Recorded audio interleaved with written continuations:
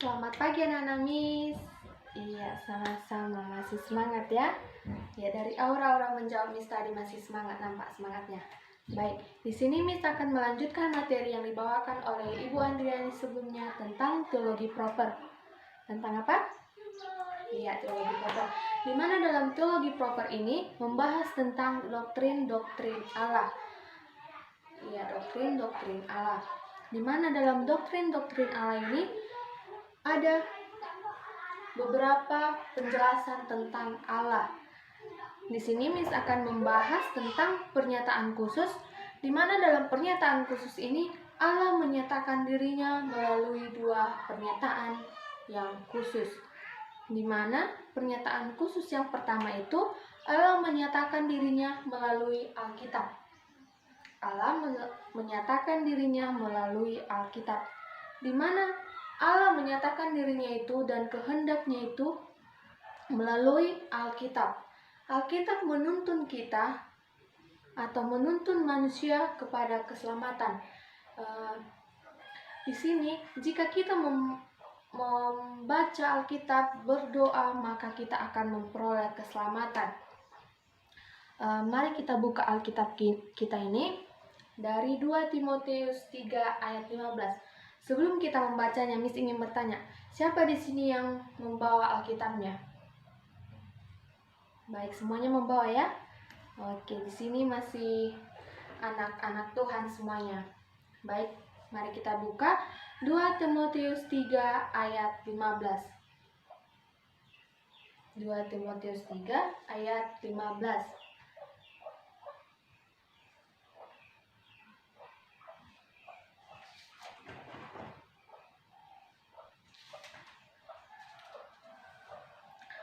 Baik, siapa sih sudah dapat?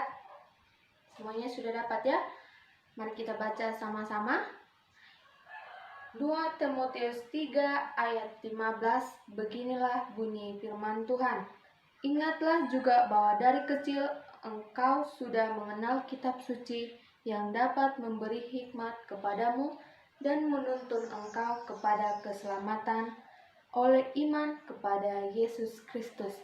Iya, dalam Alkitab ini juga menjelaskan tentang keselamatan. Ada mukjizat dan nubuat dan pengalaman pribadi tokoh-tokoh iman dalam Alkitab ini yang menyatakan pribadi Allah dan karya Allah kepada kita. Pernyataan yang kedua yaitu Allah menyatakan dirinya melalui Yesus Kristus, anaknya yang tunggal, di mana melalui pribadi dan karyanya manusia dapat memahami keberadaan, sifat, dan kehendak Allah. Yesus Kristus merupakan pusat pernyataan Allah. Berarti pusat pernyataan Allah artinya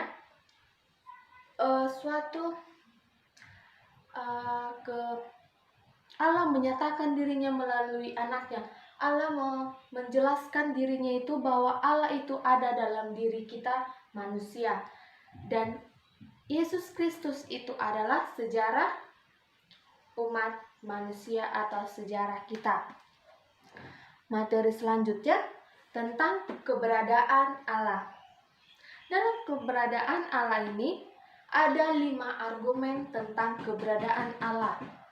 Argumen yang pertama, argumentasi kosmologis. Mari kita buka Alkitab kita tentang Ibrani 3 ayat 4. Ibrani 3 ayat 4. Ya, semuanya sudah dapat ya? Mari kita baca. Sebab setiap rumah dibangun oleh seorang ahli bangunan, tetapi ahli bangunan segala sesuatu ialah Allah. Artinya, argumentasi kosmologis ini menjelaskan tentang Allah adalah Sang Pencipta kita, Allah yang membentuk kita, Allah yang menjadikan kita melalui kuasa-Nya, di mana segala sesuatu yang dimulai haruslah mempunyai sebab yang memadai. Allah menciptakan kita mempunyai sebab, bahwasanya Allah menciptakan manusia untuk memelihara ciptaan Allah. yaitu manusia memelihara tumbuh-tumbuhan, manusia memelihara ciptaan Allah seperti hewan dan lain-lainnya. Alam semesta dimulai, oleh karena itu Allah menciptakan manusia. Alam semesta haruslah memiliki suatu sebab yang memadai untuk menerangkan keberadaannya. Allah menciptakan alam semesta, bahwasanya Allah menerangkan bahwa Allah itu ada karena Dia adalah pencipta alam semesta. Argumentasi yang kedua yaitu argumentasi teleologis, di mana dalam argumentasi ini dijelaskan dalam Mazmur 8 ayat 4. Nah, kita buka Alkitab kita, Mazmur 8 ayat 4.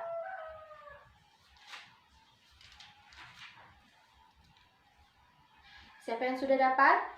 Mari kita baca sama-sama. Mazmur 8 ayat 4, beginilah bunyi firman Tuhan.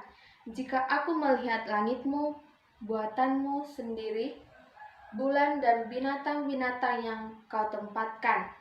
Iya, dimana dalam Mazmur 8 ayat 4 ini menjelaskan tentang tatanan yang teratur dan berdaya guna dalam suatu sistem, menyiratkan adanya akal budi yang tinggi, di mana Allah menciptakan alam semestanya itu dengan maksud Allah menciptakannya itu dengan tatanan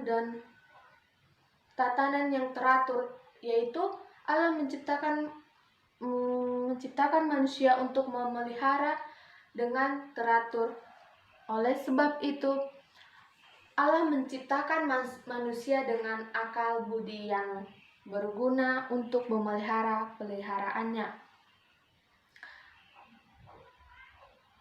Argumentasi yang ketiga yaitu argumentasi antropologis. Argumentasi ini ada fitur moral dan fisiologis dalam diri manusia. Jika ditarik mundur akan berakhir pada awal di dalam Allah. Suatu kuasa yang tidak diketahui akan pernah menghasilkan seorang manusia dengan intelek, dengan perasaan, dengan kehendak, dengan kesadaran dan kepercayaan kepada seorang pencipta. Bahwasanya manusia diciptakan memiliki intelek untuk menyatakan bahwa Allah itu ada dalam diri kita. Argumentasi yang keempat yaitu argumentasi tentang ontologis, di mana argumentasi ini menjelaskan alasan ini memperlihatkan bahwa argumen ini memperlihatkan bahwa kita memiliki gagasan tentang Allah.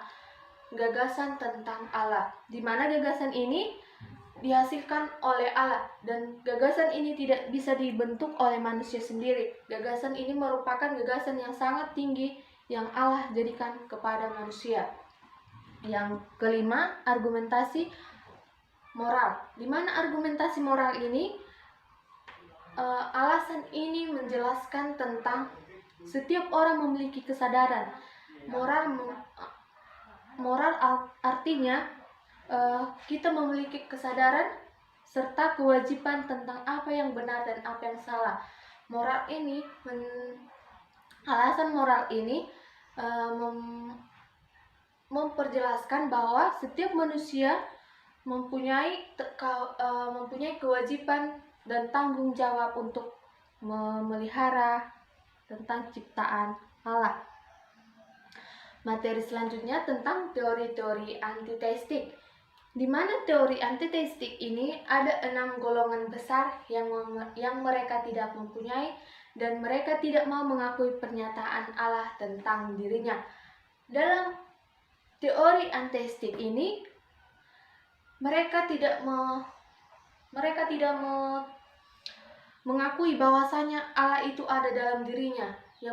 Teori yang pertama yaitu ateisme ya. Ateisme ini atau teori ateisme ini yaitu ajaran yang tidak mengakui adanya Allah, di mana dalam ateisme ini ada 3 pandangan. Yang kedua yaitu teori anteisme praktis, di mana dalam teori anteisme praktis mengakui bahwa Allah ada entah di mana-mana melalui, tetapi mereka hidup dan bertindak seakan-akan tidak ada Allah. Yaitu contohnya seperti ada seorang anak hidup di suatu tempat di mana anak itu hidup tanpa adanya Allah. Dia mengakui bahwa Allah itu tidak ada, tetapi dia hidup sendirinya. Yang ketiga yaitu teori ateisme.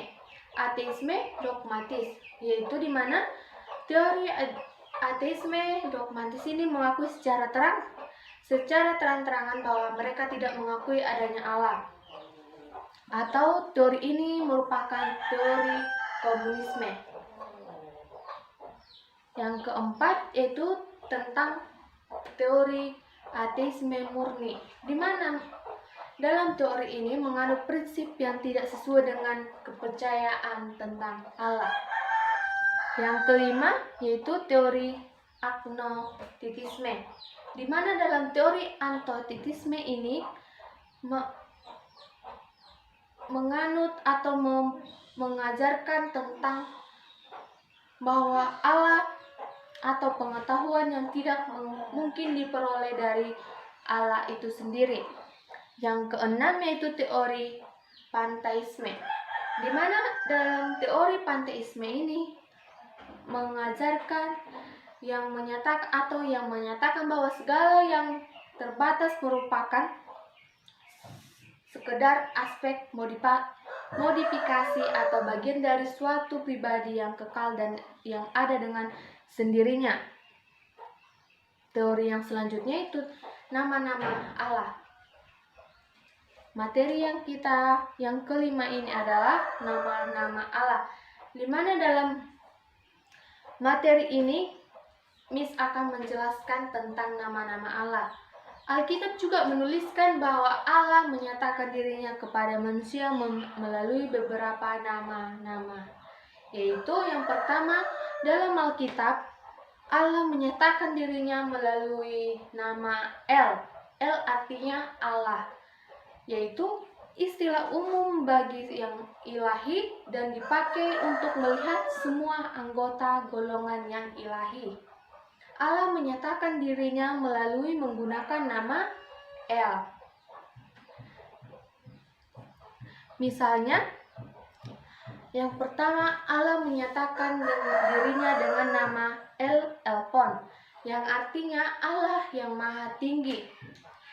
Mari kita buka Alkitab kita melalui Mazmur 78 ayat 35. Mazmur 78 ayat 35.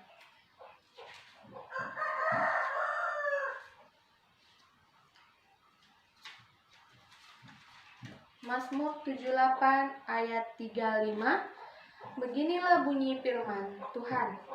Mereka teringat bahwa Allah adalah gunung batu mereka dan bahwa Allah yang Maha Tinggi adalah penebus mereka.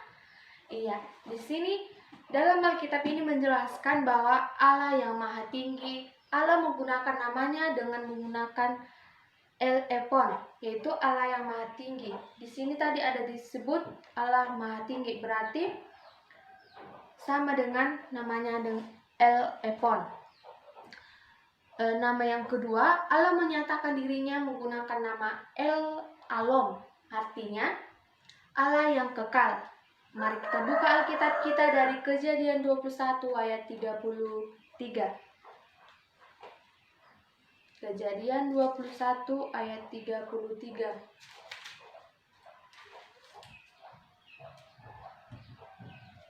Semua sudah dapat ya? Baik, mari kita buka Alkitab kita. Mari kita baca sama-sama 21, Kejadian 21 ayat 33. Beginilah bunyi firman Tuhan. Lalu Abraham yang menanam sebatang pohon temaris ke Beersheba dan memanggil di sana nama Tuhan Allah yang kekal. Iya, Allah yang kekal ya. Di mana Allah yang kekal ini Allah menyatakan dirinya dengan nama Allah yang kekal, yaitu El Olam. Nama yang ketiga yaitu El Shaddai, di mana Allah menyatakan dirinya menggunakan El Shaddai yang artinya Allah yang Maha Kuasa.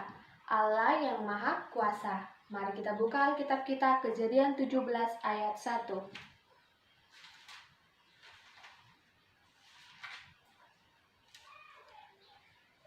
Iya, Kejadian 17 ayat 1, Miss akan membacakan. Beginilah bunyi firman Tuhan. Ketika Abraham berumur 90, bahkan 90 tahun, maka Tuhan menampakkan diri kepada Abraham dan berfirman kepadanya, Akulah Allah yang Maha Kuasa. Hiduplah di hadapanku dan dengan tidak bercela. Ya, Allah yang Maha Kuasa. Allah menyatakan dirinya menggunakan nama El Shaddai. Yang kedua, Adonai, berarti Tuhanku. Orang Yahudi menggunakan kata ini saat menyebut Yahweh, di mana Yahweh artinya Allah. Istilah ini mengungkapkan ketergantungan dan kepatuhan, yaitu sikap seorang hamba terhadap tuannya, atau seorang istri kepada suaminya, atau kepatuhan seorang siswa kepada gurunya. Istilah ini berkenaan dengan kehadiran Allah bersama bala tentara surga. Yang ketiga, dalam Perjanjian Baru digunakan istilah Theos atau Allah sebagai padan kata El. Kurios, Tuhan sebagai padan kata Adonai. Yang keempat, Yahweh. Yahweh istilahnya Tuhan, yaitu nama pribadi yang paling baik dari Allah Israel. Istilah ini dikaitkan dengan kata kerja Ibrani ada, yang berarti Dia yang ada dengan sendirinya, Allah yang ada pada diri kita dengan sendirinya, atau Dia ada yang menjadikan ada. Nama-nama dengan istilah Yahweh atau juga Yehovah, misalnya Yehovah Jireh, Tuhan yang menyediakan. Yang kedua, Yehovah Nisi, Tuhanlah panci-panciku. Yang ketiga, Yehovah Ra'ah, Tuhanlah gembalaku. Yang keempat, Yehovah Rafa, Tuhanlah yang menyembuhkan. Yang kelima, Yehovah Roi, Tuhan adalah gembalaku. Yehovah Shalom, Tuhan adalah keselamatanku. Yehovah Tsidkenu, Tuhan keadilan kita. Yang kesembilan, Yehovah Zeboah, Tuhan semesta alam. Selanjutnya, materi selanjutnya saya persilakan untuk Ibu Sri Devi untuk melanjutkannya. Sekian dan terima kasih. Shalom. Shalom anak-anak. Perkenalkan, nama saya Sri Devi Sinaga. Baiklah, di sini saya akan melanjutkan penjelasan dari Ibu Mencelina Sihotan. Yang keenam yaitu sifat-sifat Allah. Kita telah mengetahui bagaimana sifat-sifat Allah, bukan? Di sini saya akan menjelaskan sifat-sifat Allah ini dikelompokkan menjadi dua bagian besar, yaitu yang pertama, sifat-sifat yang menyatakan imanensi Allah, yaitu sifat yang dapat dikomunikasikan dalam batas tertentu. Antara lain, yang pertama Maha Bijaksana, yang tertulis dalam Yesaya 31 ayat 2. Yang kedua, Maha Baik dan Rahmani, yang tertulis dalam kitab Mazmur 145 ayat 9. Yang ketiga, Maha Kudus, yang tertulis di dalam kitab Amsal 9 ayat 10. Yang keempat, Maha Benar, yang tertulis dalam Yeremia 10 ayat 10. Yang kelima, Maha Adil, yang tertulis dalam kitab Mazmur 21 ayat 12. Yang keenam, Maha Murah, yang tertulis dalam Roma 12 ayat 22. Yang ketujuh, kasih, yang tertulis dalam Yohanes 3 ayat 16. Dan yang kedelapan, setia, yang tertulis dalam 1 Korintus 10 ayat 13. Ayat Alkitab ini nanti kita dapat membukanya di tempat kita masing-masing dan kita dapat membacanya. Baiklah, sifat-sifat yang kedua yaitu sifat yang menyatakan transendensi Allah, yaitu sifat yang tidak dapat dikomunikasikan, yang tidak mempunyai kesamaan dalam diri manusia. Antara lain, yang pertama yaitu tidak diciptakan.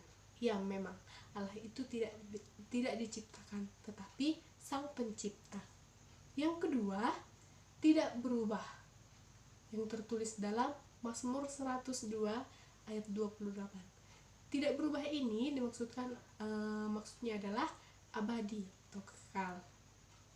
Yang ketiga, Maha Kuasa, omnipoten, yang tertulis dalam kitab Ayub 5 ayat 17. Yang keempat, Maha Tahu, yang tertulis dalam Roma 11 ayat 33. Yang kelima, Maha Adil, yang tertulis dalam 1 Raja-Raja 8 ayat 27. Dan yang terakhir yaitu kekal, yang tertulis dalam 1 Timotius 1 ayat 17. Kita masuk yang ketujuh, yaitu ketritunggalan Allah. Tritunggal itu apa, Bu? Istilah Tritunggal dalam bahasa Inggris artinya Trinity, three in unity, berarti 3 dalam 1. Sekalipun tidak ada eksplisit dituliskan dalam Alkitab, tetapi dari bagian-bagian Alkitab kita tahu bahwa Allah kita adalah Tritunggal. Artinya Allah yang esa di dalam 3 oknum yang berbeda. Ayat ini tertulis dalam Ulangan 6 ayat 4. Kita dapat membacanya sama-sama. Kitab Ulangan 6 ayat 4.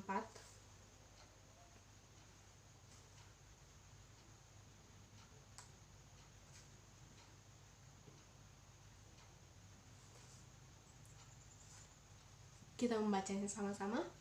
Dengarlah, hai orang Israel, Tuhan itu Allah kita, Tuhan itu esa. Amin. Ya, begitulah artinya Tuhan itu Tritunggal. Pengajaran yang salah dalam memahami doktrin Tritunggal ini yakni yang pertama, Triteisme. Di era gereja purba, orang-orang seperti John Acunaikis dan John Philipponus, ini adalah tokoh pada zaman masa lampau, mengajarkan bahwa ada 3 Allah, di mana ketiganya hanya berelasi dalam hubungan yang saling lepas, seperti halnya ketiga murid Yesus. Ketiga murid Yesus itu siapa saja? Yaitu Simon Petrus, Yohanes, dan Yakobus. Kita masuk yang kedua, yaitu Sabellianisme atau modalisme.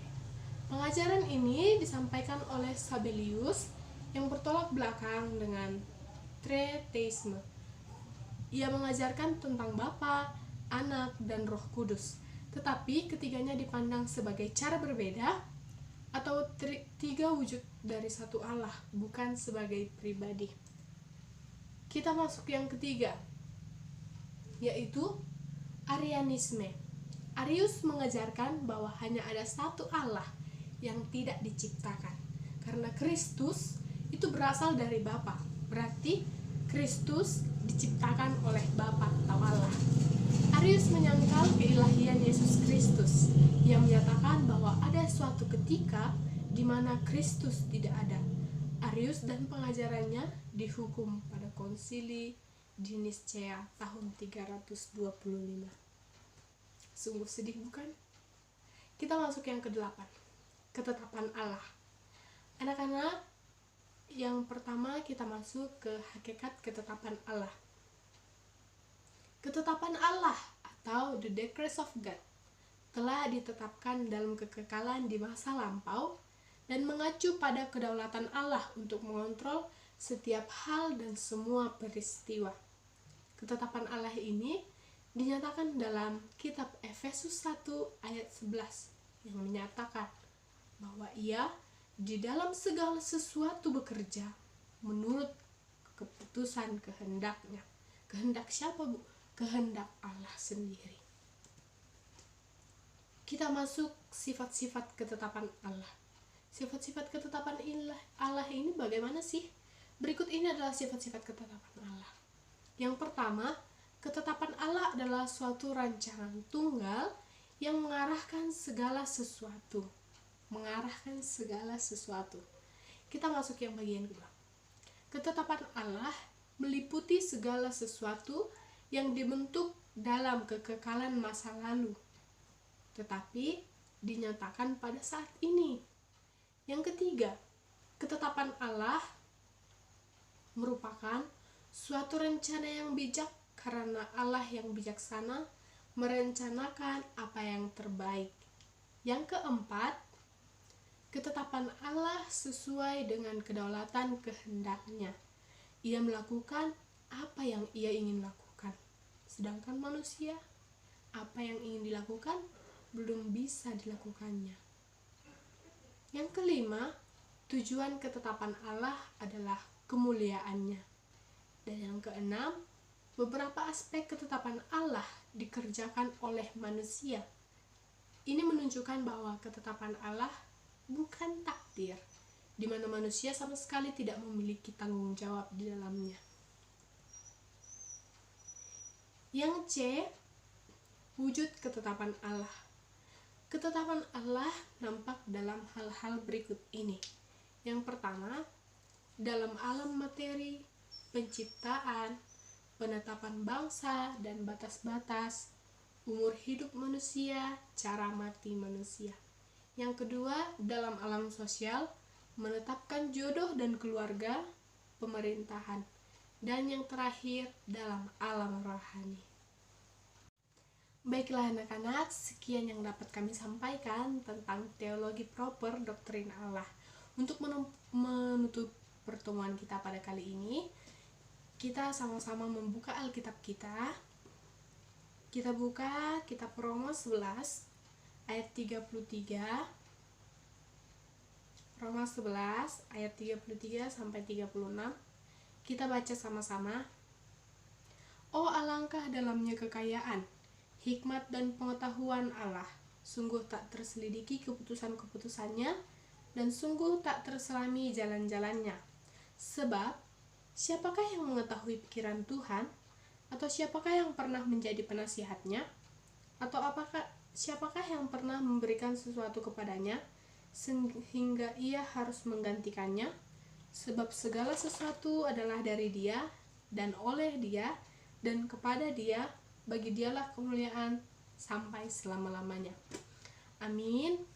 Kita berdoa.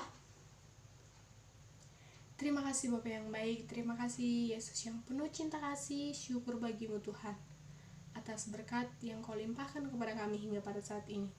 Tuhan Yesus yang baik, kami telah mendengarkan pembelajaran kami hari ini ya Tuhan, tentang teologi proper, doktrin Allah.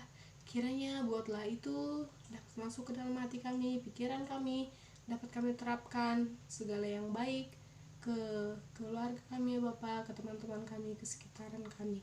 Tuhan Yesus yang baik, segala rencana kami Engkau yang membuat itu menjadi nyata ya Tuhan, sesuai kehendak-Mu. Segala aktivitas kami serahkan ke dalam tangan pengasihan-Mu, dan Engkau yang menghapus segala kesalahan kami agar kami layak menerima berkat-Mu. Terpujilah nama Tuhan. Haleluya. Amin.